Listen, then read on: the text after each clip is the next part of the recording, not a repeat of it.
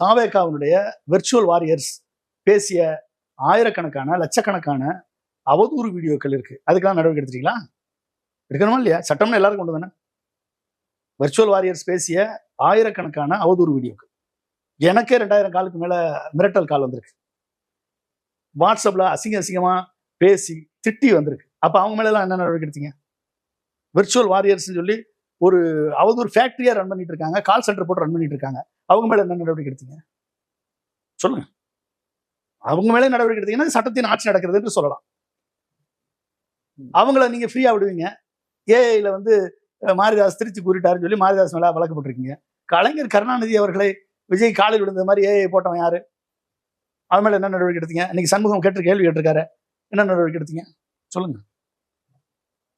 ஒவ்வொருத்தரை பத்தியும் தரம் தாழ்ந்து விமர்சித்தார்களே.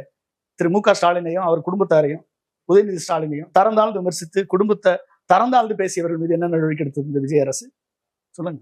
சீமானையும் சீமான் மனைவியையும் சாட்டை துரைமுருகனையும் சாட்டை துரைமுருகன் குடும்பத்தையும் தரம் தாழ்ந்து விமர்சித்ததுக்கு என்ன நடவடிக்கை எடுத்தது இந்த தாவேக அரசு?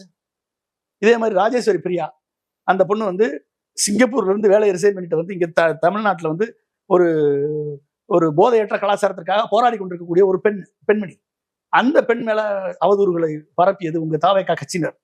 அவங்க மேல ஏதாவது நடவடிக்கை எடுத்தீங்களா? அந்த பொண்ணு போய் டிஜிபி ஆஃபீஸ்ல கம்ப்ளைண்ட் கொடுத்து அந்த கம்ப்ளைண்ட் மேல ஏதாவது நடவடிக்கை எடுத்தீங்களா?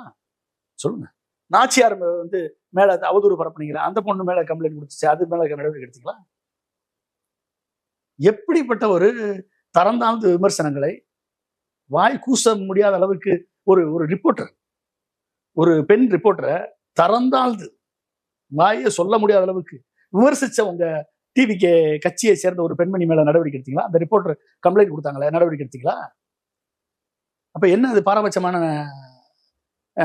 அணுகுமுறை? இதற்கு பேர் தான் ஜனநாயக முறைப்படி தூய சக்தியினுடைய ஆட்சிக்கு பேரா இருக்கு. சொல்லுங்க.